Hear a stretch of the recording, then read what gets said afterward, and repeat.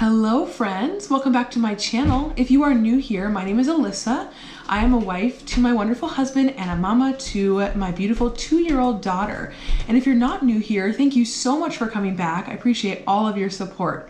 Today's video is going to be kind of fun. We're going to sit down and chat about something that I've actually seen this question a lot in all of the Facebook moms groups that I'm in. People are always wondering and wanting tips on how to travel on an airplane with a toddler. So I thought I'd sit down with you guys today and share with you 3 of my best tips for traveling with a toddler. So if you like this video, go ahead and give it a thumbs up. And without further ado, let's get into it. Okay, you guys, so I have actually flown with my daughter quite a bit in her life. She's almost 2.5, she'll be 2.5 next month. And literally her first time on a plane, she was 3 months old. She was about 12 weeks. We were going to see my best friend here in Montana, which is now where we live. We lived in California back then. So, and if you guys have been following me and my family, you know that we moved to Montana just a year and a half ago almost now, which is crazy. And so we don't live near our family in California anymore. And so basically we do a lot of air travel. So the first time was visiting Montana, and then the second time we were moving to Montana, and then we have visited family a lot since then. So I have flown with my husband, who is sighted, because if I didn't tell you, which I didn't, I am blind, in case you didn't know. So I'm totally blind. So I'm gonna give you some mom tips, but these are gonna be a little bit different because I am a blind mom with no sight. So I'm gonna give a little bit more of tips that have to do with that, as well as for your average mama as well. So my husband, though, has full sight, and so he has traveled with us for most of our trips, but there has been about 3 times now that I have gone on a plane with my Bella by myself and my guide dog, Gabby. And so basically, I'm gonna just share with you some things that have helped me. So actually just last month, my husband and I and our sweet little Annabella went on an airplane to go to California to see family. And then next week, I'm going by myself with my guide dog and my little one to fly to see my sister in Washington. So I'm gonna go ahead and share with you my tips now. So the first one that I would say really, really helps me is less is more. Now I'm going to tell you what I mean by that. Less is more, basically consolidate. So when you are traveling with a toddler, and this might seem like, duh, like common sense, but I'm telling you guys, it's hard to do. And it's something that I didn't really think about. And so oftentimes people are worried about traveling with a baby, but I'm just going to tell you right now, toddlers are actually harder to travel with than infants. And so even more so with your toddler, you want to make sure that you consolidate. So for instance, like I basically never, so when I travel by myself, if I'm with my husband, I do bring 2 suitcases. I check one in and I carry one on usually, but if I'm by myself, I always just have one bag. So I pack me and my little one in the same bag, and even my dog, with whatever she needs, goes in our bag as well. So I literally consolidate all of our stuff into one bag. And the reason I do that is so that there's just less for me to carry, because I'm going by myself with my toddler and my dog and the car seat and the bag. It's just a lot. So, and I have 2 hands, as you all do. So it's easier to only have one bag. And usually what I do is I carry my suitcase on instead of checking it in, just simply for a couple reasons. It's cheaper, first of all, because nowadays I feel like they charge so much money to check in a bag. But the carrying on is nice when you're blind like me, because you don't have to like have someone help you find your bag when you land. You just already have it. It's just up in the overhead bin. So anyway, so I always carry my bag on when I fly by myself. So not only do I have to squeeze me and my little one into one bag, but it's usually a small one. So we pack very light when we travel, and that's okay. I feel like I used to be an overpacker, but since being a mom, it's funny because most people say when you become a mom, you start to overpack, but I feel like I underpack, especially when I fly, because I just don't want to have so much weighing me down, because especially when I'm blind, like I need as much free hands as I can get, like as much room in my hands, because I have my guide dog who I work on my left side, and then I have obviously my little one. Now here's where it gets crazy. So she's almost 2.5, and up until last trip that I took, I would usually put her in my ergo. I have like an ergo baby carrier, and I would strap her to my front, and it would be really easy because I would just have her on me. So I could literally like push my stroller, have my suitcase in the stroller, and then I'd have my guide dog in my other hand. So I literally would need no help at all from anybody, because I would have everything. Like I'd have my diaper bag on my back, I'd have my baby on my front, and then I would have my guide dog Gabby on my left side guiding me, and then I would have my stroller pulled behind me that I pull behind me on my right with the suitcase inside of it. So that's what I used to do. Well, now it's a little bit harder because my sweet little Bella will not go in the carrier, which I actually plan to try to put her in it this time again, just to kind of see if maybe she's changed her mind next week. But she's a little bit weird about the carrier now. She likes to walk. She will still go in the stroller. So it just gets a little more complicated now to where I kind of have to get some assistance from like the workers at the airports now. But luckily people are so nice. But anyways, all that to say, I usually wear my toddler or baby if I can. I only pack one bag, and I put the bag in the stroller. Now here's the other thing that I do, which is going to change shortly, unfortunately, but I have a car seat that actually is a stroller as well. And this actually helps consolidate so much room, because a lot of people, when they fly, they have to carry a car seat and then a stroller at the same time, and then all their baggage. So I have something that I've actually shown in a lot of my videos, but it's called the Duna. It's actually an infant seat. So that tells you how small my toddler is. She's only 22 pounds, you guys, and she's almost 2.5. And she's not tall enough yet to be out of the seat. So she still fits in her infant seat, which is crazy. But the good thing about that is that it makes flying easier for me, at least for now. I think she's only got like another few weeks in there though, because she's growing fast. But it makes flying easier because I just pull that behind me and it works as a stroller and a car seat. The wheels collapse.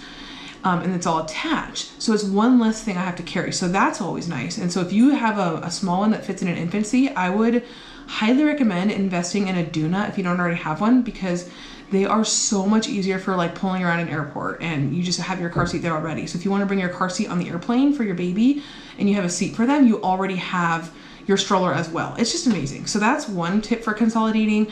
Like I said, one bag, pack everybody in one bag if you can. If you can wear your toddler, if they'll let you wear them on an ergo, do that, because like it literally makes your life so much easier. So that's my first tip for you, is consolidate as much as possible so that you don't have to like juggle so many things, because it really helps me. Okay, tip number 2 that I have for you is to be prepared with lots of food and drink. Now, this seems kind of obvious too, but I'm telling you guys, I underestimated how much food and drink I would need for my baby girl, because let me tell you, first of all, they're bored at an airport because they're like, where are we? Like they just want to run around like they usually do, and they can't do that. And secondly, it's like a change in their schedule, a change in their routine. They're upset. They probably won't nap the day you fly, because my child never does.